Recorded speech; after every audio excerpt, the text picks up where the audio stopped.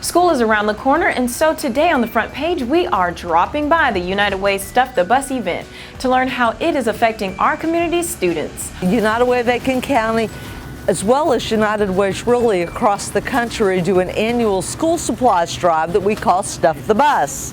So the generous community is asked to bring donations of school supplies, and then they are given to all of the area public schools for children that get either reduced or free lunches, and they're distributed at the school level by the teachers for children that need those school supplies. Because every child deserves a chance to be successful in school, because if you're not successful in school, you're not going to be successful in life. So it's so important for them to start the school year off with what they need, because educators will tell you if children start out on the wrong foot, it sets the stage for the whole year. And we want it to be a positive, happy time for these kids. So that's why we're out here every year. United Way's mission is to improve lives in our county. So we want to be out here helping provide those school supplies for our kids every year. Our programs impact real people in real lives. Sometimes people don't realize that.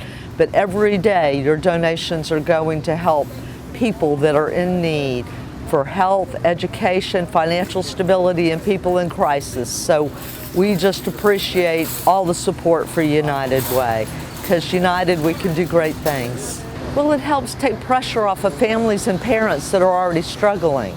You know, there's so many people in our community that are working hard every day, but they're getting minimum wage. Minimum wage does not provide a financially stable job.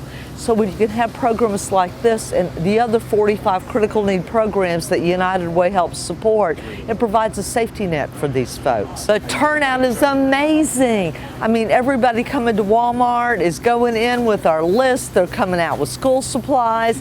It is wonderful. Our community rocks. They are just so generous. It seems like each year it kind of gets bigger and better. You know, I think as word gets out and, you know, folks like the Aiken Standard are so kind to bring awareness to this and other initiatives and programs, it helps so much. So we so much appreciate the Standard, and we appreciate all the volunteers. We got Aiken Interact Kids out here.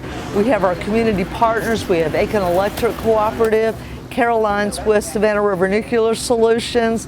I mean, we just have such support from volunteers and donations from our community. Can't do it without all of these folks helping. That's what Live United means. It's the community coming together to help everybody, because when everybody rises, the whole community rises. We'll be back after a message from our friends at Crescent Automotive. Everyone's a welcome guest at Crescent Automotive. We're Aiken's Choice Award winner 4 years in a row. That probably has a lot to do with our low upfront windshield pricing and no additional processing fees.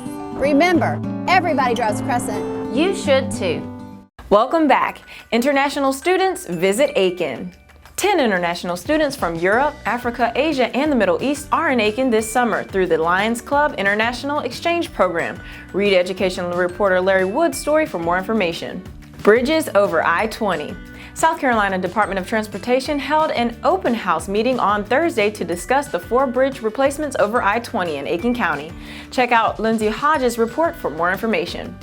Sunday Best. Be on the lookout for our Sunday feature on Gem Roads.